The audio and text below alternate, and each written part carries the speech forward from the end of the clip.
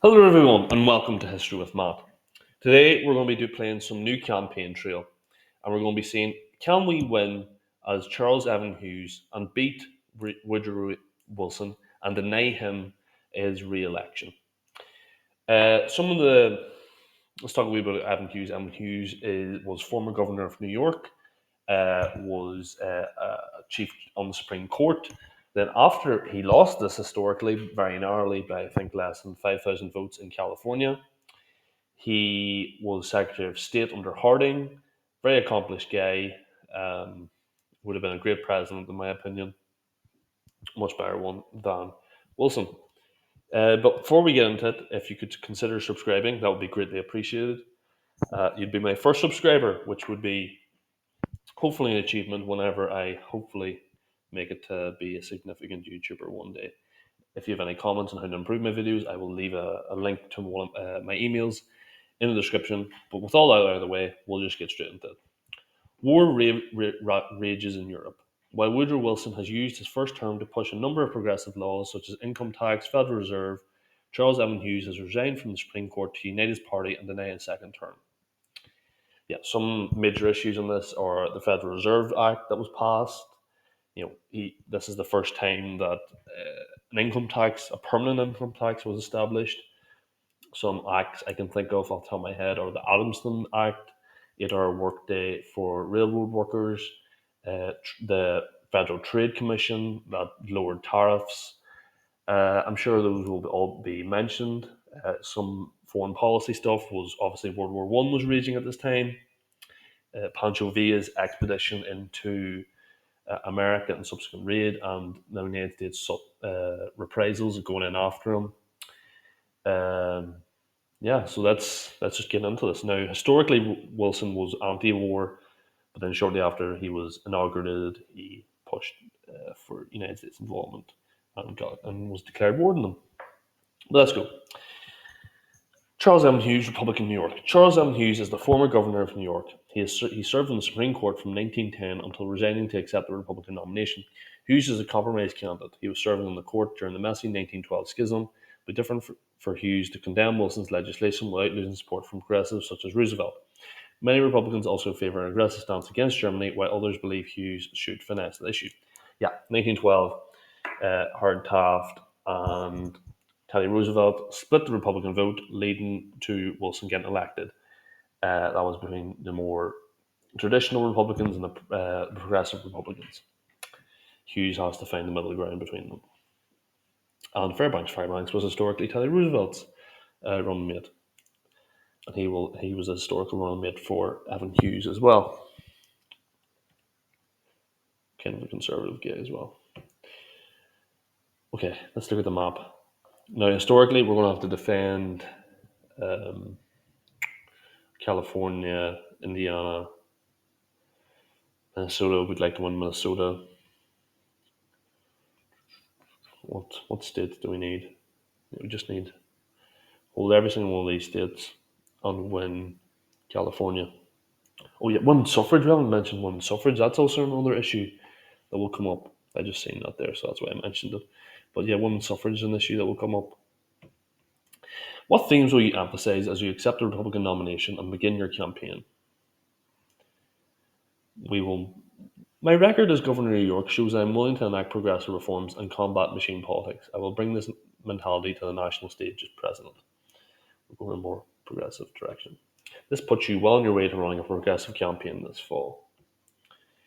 In making appointments to your campaign and by implication when you are president, will you favour traditional Republicans, progressives, or try for an even balance? An even balance would be best. I'm a moderate candidate, and my purpose is to tie the different strands of the party into a unified whole. My appointments will reflect this. And we're doing quite well. We'll still try and go on defense and try and shore up California. Now, historically, there was a bit of a problem that Hughes had when he didn't meet Hiram Johnson, who's the governor of California.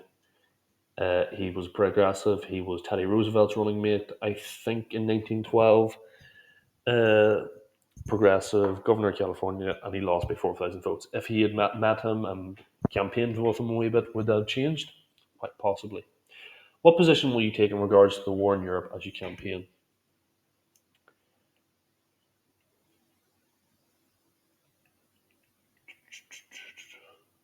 As president, I have no desire for war. However, I'll spare no effort to protect the legitimate rights of American shipping and commerce.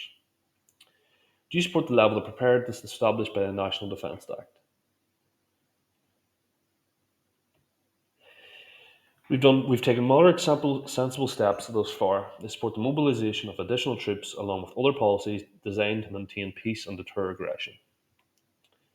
Doing quite well here. We're just having to strike a balance between. Wilson was actually quite popular, but the partisanship of states didn't reflect that. Do you support the Clayton Antitrust Act? Yeah, that's another thing. We're still in the progressive era.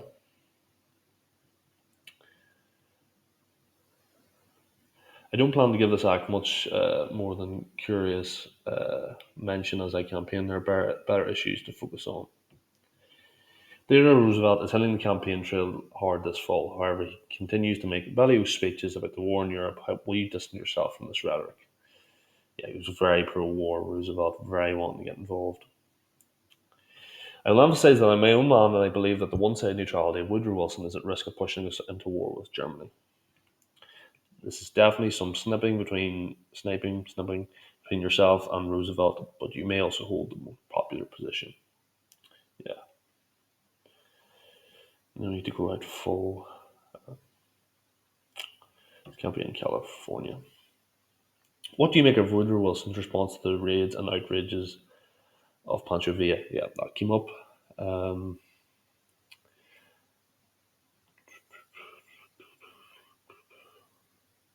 Mexico has been in turmoil for years. Anyone with foresight could have anticipated the problems that would have arisen from an undefended border. Wilson did not. Do you have any plans to attack the nomination of Luis Brandes to the Supreme Court? No, don't. That was not a very politicised issue back in the day. The campaign in California. Do you have a position to take on the calls for prohibition of alcohol as you campaign this fall? Absolutely not. It would not be wise at this point to make any statements supporting or opposing prohibition in our campaign. There are too many people on both sides of this issue. Yes, that's the correct one. How much will you emphasise your own reform efforts as Governor of York as you campaign nationally? My history as Governor of York shows I can balance the need for reform with respect for the established institutions. Yeah, again, moderate, always good. Let's go Minnesota. What will your position be on women's suffrage question as you campaign this fall? Now, the amendment was popular in the western states, but these states aren't going to vote for Hughes. So I think we'll do the more popular one of I encourage every state to expand the suffrage to women as soon as possible. This is in line with the feelings of your party. So we're not ticking off any higher ups. Do you have any statements to make about the Federal Reserve Act, which established the Federal Reserve in 1913?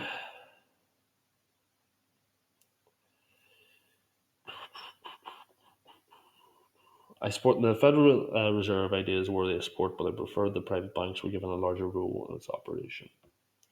This is a safe position for a Republican to take. Yeah, you can't go out too informal this because there's a lot of big business over here that weren't too happy with this. It's campaign in Minnesota again. Do you have any plan to attack Woodrow Wilson's stance on preparedness and war with Europe, and if so, how? Wilson has taken repeated half measures. I refuse to politicise the security of the United States. Wilson and I are both in support of the current measures. California, an important state this fall, is in the midst of a divisive split between progressives and traditional Republicans. What are your own plans for visiting the state? This is something that happened in our timeline, and he did not choose the correct option, which is not that. We will plan our visit to the state and call upon the governor and his opponents equally to avoid giving offence. The trip to California went as well as could be expected. And we will campaign in North Dakota. What are your opinions on child labour legislation as it exemplified by the recent Keating-Olds child labour bill? Republicans have stood behind such legislation all along and will become law years ago without the obstruction of Southern Democrats. Do you have any statements to make on the tariff question and/or the recently established Tariff Commission as you campaign? We preferred for tariffs to be higher, but the creation of a tariff commission is certainly a sensible step in the right direction. Republicans at this stage were very much pro-tariffs. Tariff commission is supported by many moderates and businessmen. Doing quite well so far. I'm expecting some hiccups along the way, but we're doing quite well. Campaign West Virginia. Campaign West Virginia. Woodrow Wilson has recently pushed the Amsterdam Act to avoid a railroad strike, which establishes an 8-hour day for railroad employees. Will you attack this action in your campaign?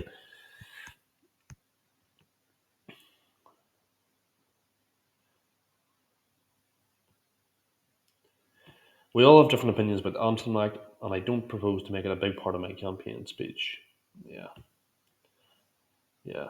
This is the vicious issue. Republicans wouldn't support that. Do you have any statements to make on the Federal Trade Commission established in 1914? Some steps are needed. Some steps were needed to curtail abuse by business, but the Commission has far too much power over legitimate, honest businessmen in this country. You continue to make conservative points on the campaign trail. Again, balancing act. That's not helping us in any states I want to win. We'll go California again. Do you support the recently ratified 17th Amendment requiring the direct election of US senators?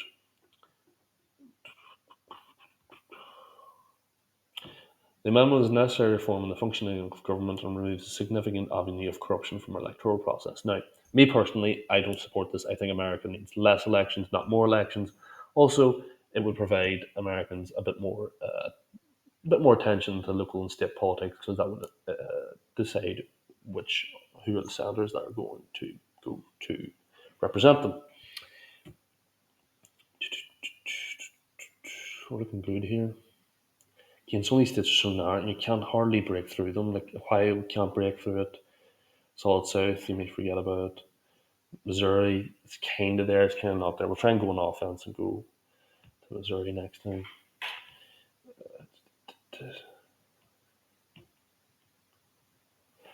What do you make of the Preparedness Day parades which have sprung across the country this summer? These are impressive demonstrations, but we shouldn't read too much into them when drafting our policy. The majority of Americans are against military involvement in Europe. That did not do us that much good. Would you support American participation in the post-war legal relations if it were to be created after the war? I don't have any comments on this plan. It's far too early to determine how the war will end, who will win, and what the peace agreements might be. There's nothing wrong with postponing judgment on this issue. Are you willing to meet with German American and Irish American political leaders to discuss your beliefs, regardless of your feelings towards them? I can think of no better way to reinforce my commitment to peace and neutrality than to meet with such groups. It's a controversial step, but which has certainly created much bewilderment from your party.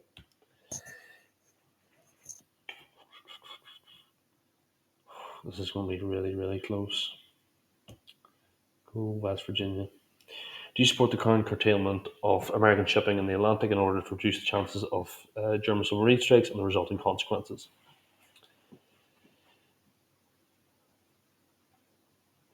If certain rights as a neutral power and the retreat from those rights will only serve to invite further aggression. Would you support a law requiring new immigrants to pass a literacy test?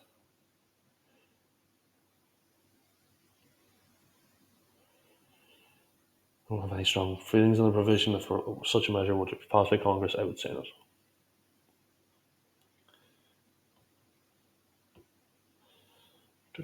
Let's focus on the Midwest, see where we get. Now, historically, this is a very close election. I think we've won it, but again, this is going to be tight. So it is. Charles Hughes was a good candidate, a good man, good presidential candidate. I might do a presidential tier list if you guys are interested in the future. You can put that down in the comments if you're interested in that. Not failed presidential candidates tier list.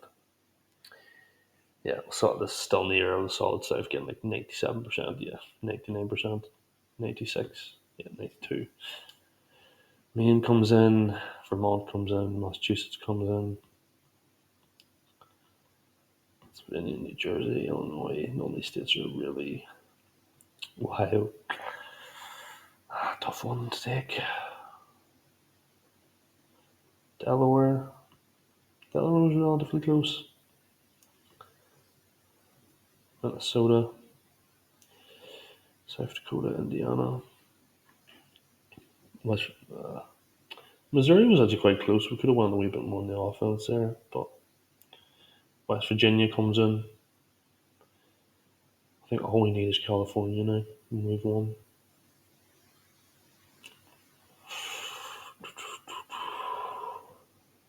Oregon. All we need is California. We will win narrowly. Congratulations, you won this year's election.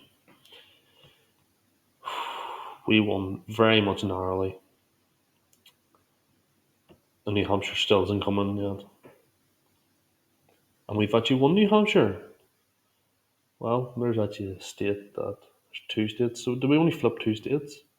We flipped three states. We won North Dakota, California, and New Hampshire. I think those were the three states. Maybe Delaware as well. No. Those are the three states we flipped, and that was enough to win the election. Congratulations, you've won the 1916 election. After a tumultuous 1912, the natural supremacy of the Republican Party has reasserted itself. The next steps are up to you. Perhaps you can lead the repeal of the Amsterdam Act, or replace it with something more measured and comprehensive. In regards to Europe, best luck in whatever may occur over the next 4 years. Finally, Wilson plans to resign before the March 4th inauguration, so that you may assume the office now. Lost the popular vote. Results by state. Closest states: New Hampshire, where we won by 300 odd votes. Wow. Wow. Anyway, if you did enjoy this video, please consider subscribing. I have plenty more of these videos on the way, but I've been History with Matt. Thank you very much for watching, and goodbye.